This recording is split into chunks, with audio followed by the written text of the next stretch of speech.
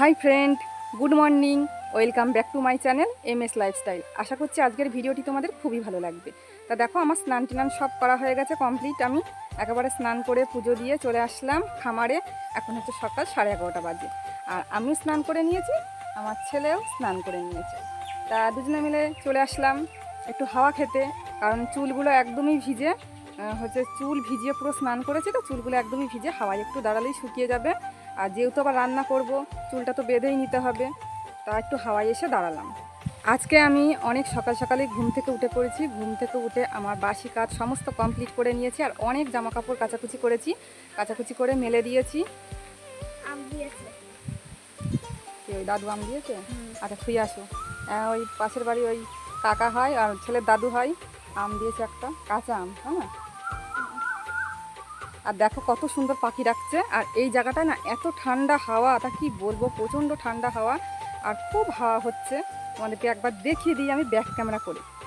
বিচালির গাদা, আর দেখো চারিপাশে কত সুন্দর হাওয়া হচ্ছে, আর থেকে থেকে হচ্ছে মেঘলা ওয়েদার হচ্ছে, থেকে থেকে রোদ উঠছে, এরকমই পরিস্থিতি। আর পুকুরের সামনে তো একদম ঠান্ডা আবহাওয়া। আর এই যে রাস্তা, আর এখানে দেখো একটা কি সুন্দর ছোট্ট রান্নাঘর করেছে। এই রান্নাঘরটা কিন্তু এই সাইডে ছিল, এখন আবার নতুন করে এদিকে করেছে রাস্তা হওয়ার জন্য। আর এই যে মাঠ, আর এখানে কিন্তু দেখো ছাগল টাগল সব বেঁধে দিয়েছে, ছাগলের ঘর ওইটা, আর এখানটায় বেঁধে দিয়েছে সব। তা আমার হাজব্যান্ড তো কাজে চলে গেছে, রাতের ভাত ছিল, জল দেওয়া ভাত, সেটাই আমরা তিনজনে মিলেই খেয়ে নিয়েছি। খেয়ে দিয়ে মাজা ঘাসা পুরো কমপ্লিট করে নিয়েছি, স্নান করে নিয়েছি, পুজো দিয়ে নিয়েছি, এবার সমস্ত কিছু হয়ে গেছে। রান্নাঘরে ঢুকে যাব, কারণ গরমের মধ্যে তো তাড়াতাড়ি রান্নাটা কমপ্লিট করে নিলে পরে ভালো হয়। তা রান্না করব হচ্ছে, দেখি ও পুঁই শাক নিয়ে এসেছিলো, ভাবছি যে পুঁই শাকের তরকারি করব, আর রুই মাছ 3 পিস আছে, ভেজে রেখে দিয়েছিলাম, এবেলাটা হয়ে যাক, ওবেলা হচ্ছে রাতের দিকে ডিমের অমলেট করলে হয়ে যাবে। তা পুঁই শাকের তরকারি করব, পটল আছে ঘরে, দেখি ভাবছি যে পটল ভাজবো আর মাছের ঝোল করব, এটাই করবো আজকে দুপুরের রান্না। আর এখানটায় এত হাওয়া, এখান থেকে তো আমার ঘরে যেতে ইচ্ছা করছে না, প্রচণ্ড হাওয়া, মনে হচ্ছে এখানেই বসে থাকি, কিন্তু এখানে বসে থাকলে তো হবে না। আমি যদি রান্না না করি তাহলে তো আমাদের খাওয়াই বন্ধ হয়ে যাবে আজকে। শরীর খারাপ হোক, যাই হোক না কেন, রান্না করতেই হবে, রান্না না করলে কিন্তু খাওয়া বন্ধ। কেউ এসে বলবে না যে দুটো ভাত খাও, তাই না? কেউ কি বলবে? কেউই বলবে না। তা রান্না তো আমাকে করতেই হবে, তা রান্নাটা বসিয়ে দিই। আর ছেলে দেখো কেমন বদমাইশি করছে, আমার ছেলে খুব বদমাইশি করে। ওর স্নান করা হয়ে গেছে, এখন আমি ওকে ঘরে বসিয়ে দেবো, বলবো যে ওর হচ্ছে হাতের কাজ আছে, হাতের লেখা করতে হবে, 1 পৃষ্ঠা ইংলিশ 1 পৃষ্ঠা বাংলা, ওটা করবে। তারপরে আর তারপর একটু কার্টুন দেখবে, তার মধ্যে আমার রান্না হয়ে যাবে, খাওয়া দাওয়া করে দুজনে মিলে একটু ঘুমিয়ে পড়বো, আবার বিকালবেলা উঠবো। বিকালবেলা ছেলে একটু খেলাটেলা করে, তা সেই জন্যই। চ বাবু, চলো আমরা ঘরের দিকে যাই। পুকুরটা খুব সুন্দর লাগছে, পুকুরে অনেক মাছ আছে। ছেলে দেখো কেমন দৌড়াচ্ছে, দৌড়াদৌড়ি করছে, স্নান করেছে, এত বদমাইশি করে না, স্নান করেছে দৌড়াদৌড়ি করছে। তা ঘরের দিকে যাই, নাহলে ছেলে ঠান্ডা হবে না, ছেলেকে ঘরে বসিয়ে দিয়ে হাতের কাজ দিয়ে দিই।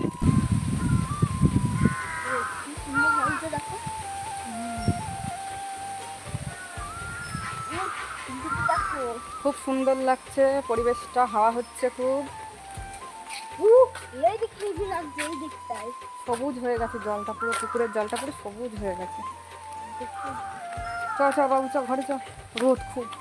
আর দেখো আমি কত জামা কাপড় কেচেছি, তোমাদেরকে একটু দেখিয়ে দিই। তার মধ্যে কিছুটা আবার শুকিয়েও গেছে, আবার কিছুটা জামা কাপড় শুকিয়ে গেছে, তুলেও নিয়েছি, আর এই কটা আছে। এই জামা কাপড়গুলো কেচে দিয়েছি, আর বিছনার চাদর ওগুলো সব শুকিয়ে গেছে, ওগুলো তুলেও নিয়েছি। আর দেখো আমাদের বাড়ির সাইড দিয়ে সব দেখো লম্বা করে সব সুপারি গাছ আর নারকেল গাছ আছে, কি সুন্দর লাগছে না। এই যে পুঁই শাক রান্না করব, আর আমাদের গাছের বেগুন তুলে নিয়েছি, এটা দিয়ে একটা তরকারি হবে। পুঁই শাকগুলো শুকিয়ে গেছে, কালকে নিয়ে এসছে তো। ছেলে এখন এই যে বাংলা হাতের লেখা করবে, সেই জন্য বই খাতা নিয়ে বসে পড়েছে। তা ছেলে এখন হাতের লেখা করুক, আর আমি রান্নাঘরে চলে যাই, গিয়ে রান্নাটা বসাই। বাবু তুই তাহলে লেখ, হ্যাঁ।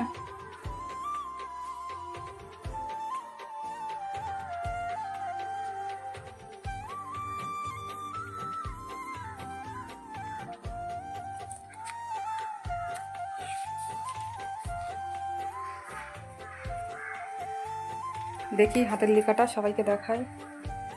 এই যে ছেলের হাতের লেখা, ভালো করে একটা হাতের লেখা কর বাবু, ভালো করে একটা হাতের লেখা কর।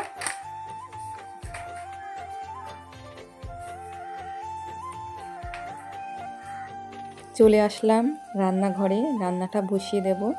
হাঁড়িতে জল আগের থেকেই আমি মেপে রেখে দিয়েছি। এবার গ্যাসের ওভেনটা আমি ধরিয়ে দেব। জলটা ততক্ষণে গরম হোক, তার মধ্যে আমি শাকটা কেটে নিই। তা দেখো শাকটা এখন কেটে নেব। বেগুন আলু সব কেটে ভালো করে ধুয়ে শাকটা একটু সিদ্ধ করেও নেব, কারণ পুঁই শাকে প্রচণ্ড গ্যাস হয়, সেই জন্য হালকা একটু ভাপিয়ে নিলে ভালো হয়। তা রান্না করি। আর কি বলো তো বন্ধুরা, মানে কিছু কথা তোমাদেরকে আজ বলছি যে তুমি একবেলা না খেয়ে থাকবে, তখন কেউ এসে বলবে না যে খেয়েছো কি না, কি মানে ভাত খাওয়ার কথা কেউ বলবে না দুটো, কিন্তু মানুষকে নিয়ে মানুষের সমালোচনার শেষ নেই। এমন কোনো মানে মানুষ নেই যে কারণ নিয়ে আলোচনা করে না। গ্রামের দিকে তো বেশি এইসব হয়। বিশেষ করে আমি যেহেতু ভিডিও করি, এইসব ব্যাপার নিয়ে বেশি আলোচনা হয়, বুঝতে পারি, কিন্তু কি আর বলবো বলো, মানুষের যেটা কাজ সেটা তো করবেই না। তা করতে থাকুক, তারা তাদের মতো করতে থাকুক তাদের কাজ, আর আমি আমার মতো করতে থাকি, দেখা যাক কি হয়। তা কষ্ট করলে কেষ্ট অবশ্যই পাবো, দেখি আমার কেষ্ট আমি কবে পাই। তা তোমরা সবাই সাথে থেকো, নাহলে অবশ্যই কোনো দিনও পারবো না আমি সামনের দিকে এগোতে। তা দেখো রান্নাটা করেও নিই আবার। ভাত তো প্রায় ফুটে গেছে, ভাত তো নামাবো একটু পরেই। আর পটলটাও ভাজা করে নিচ্ছি আমি। আর মাছ দেখো, আগের দিন আমি 3 পিস মাছ রেখে দিয়েছিলাম, সেটাই আমি রান্না করে নিচ্ছি। কারণ আমাদের এই বেলাটা তো হয়ে যাক, ও বেলাটা ডিম নিয়ে এসে ডিমের অমলেট করে নিলেই হয়ে যাবে। তা এভাবে একটু বুদ্ধি করেই চলতে হচ্ছে বা চলতে হয়। আমরা যেহেতু বাড়ির বউ, সব কিছু তো আর হাজব্যান্ডকে বলা যায় না যে রেখে দিচ্ছি কি না কি।